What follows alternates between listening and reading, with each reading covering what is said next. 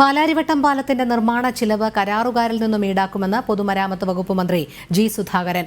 പാലത്തിന്റെ നിർമ്മാണം 8 മാസത്തിനകം പൂർത്തിയാകുമെന്നും സ്ഥലം സന്ദർശിച്ച ശേഷം മന്ത്രി വ്യക്തമാക്കി. പാലാരിവട്ടം പാലത്തിന്റെ പുനർനിർമ്മാണ പ്രവർത്തനങ്ങൾ 5-ാം ദിവസം പുരോഗമിക്കുകയാണ്. ടാറിംഗ് പൂർണ്ണമായും ഇളക്കിമാറ്റി പാലത്തിലെ ഡിവൈഡർ പൊളിച്ചു നീക്കുന്ന ജോലികളാണ് നടക്കുന്നത്. ഇതിനിടെയാണ് പൊതുമരാമത്ത് വകുപ്പ് മന്ത്രി ജി സുധാകരൻ പാലത്തിൽ സന്ദർശനം നടത്തിയത്.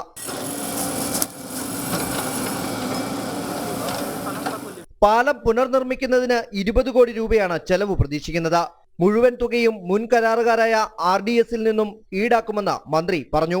ഇപ്പോൾ ഒരു പണവും വേണ്ട, കാരണം ഗവൺമെന്റിന്റെ നിർബന്ധികൾ നടത്തിയ കൂട്ടത്തിൽ 30 കോടിയോളം രൂപ അദ്ദേഹത്തിന്റെ കയ്യിലുണ്ടെന്ന് അദ്ദേഹം വെളിപ്പെടുത്തിയിരിക്കുകയാണ്.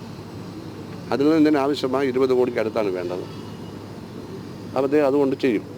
യഥാർത്ഥത്തിൽ കോൺട്രാക്ടർമാരുടെ ആൾക്കാർ അല്ലെന്ന് ഭാവിച്ചുകൊണ്ടുള്ളൊരു വാദമുണ്ട്. ഇത് കോൺട്രാക്ട് ചെയ്യേണ്ട മുടക്കേണ്ട പണം അയാളെ രക്ഷിച്ച് അങ്ങനെ രക്ഷിക്കാൻ പറ്റും. കരാറുണ്ട്, ആ കരാറിനനുസരിച്ച് ഈ പണം മൊത്തം അയാൾ തന്നേ പറ്റും.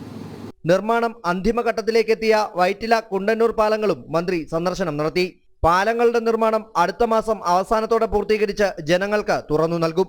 സംസ്ഥാനത്തെ പാലങ്ങളുടെ സ്ഥിതി സംബന്ധിച്ച വീണ്ടും പഠനം നടത്തുമെന്നും മന്ത്രി ജി സുധാകരൻ അറിയിച്ചു. ജനം, കൊച്ചി.